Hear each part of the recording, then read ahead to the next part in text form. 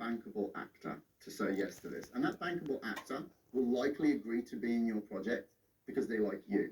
You give them a pitch, you agree to their fee. Now, let's pick, I don't know, pick a random actor that you like. You pick them. I'm not gonna throw myself in that.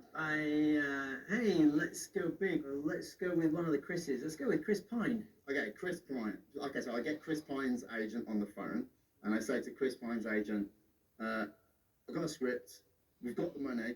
Now, you might not have the money. This is often a trick that the film industry uses. I mean, you've gone as big as you could possibly go. But we say, I only need Chris for 5 days, and I'm willing to pay him $7 million. His agent says, okay, they haven't asked what the content of the film is yet. You said the magic thing. You're going to pay $7 million for a minimum amount of time. Now you're going to shoot in the UK, where you get a tax rebate. So you know that there's a portion of your budget covered from tax rebate. And you've got Chris Pine to say yes to your project.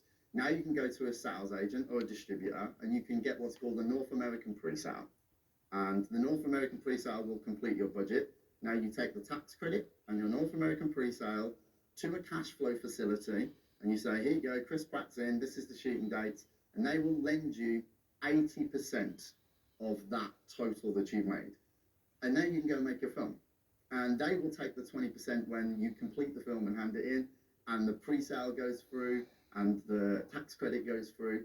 And you can do this at the small scale, at the big scale. A smaller scale, you can go for an actor from a TV show that you like, who maybe doesn't have like box office clout, and you can offer them, hey, I'll pay you $75,000 to come and be in my film for 4 days.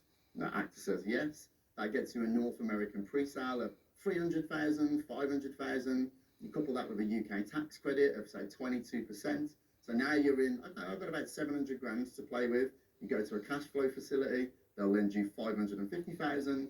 You go and make your film. As long as you don't mess any of that up, you can do it as many times as you want now. I have made 10 movies in 8 years, and I only learned that trick at film number 4. And once you unlock that, you can just keep going.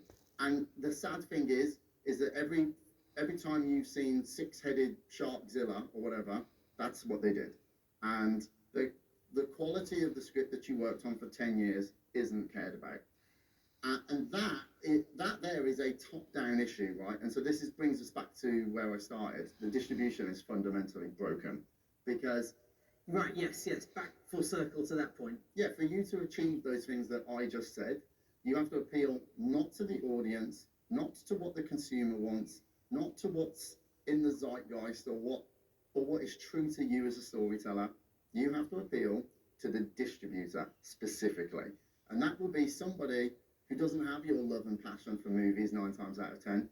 They used to be the guy who got the coffee and they just found themselves promoted. And now they don't want to read your script. It's a bit like Bowfinger. They read the first page and then the last page and say, no, it's not any good.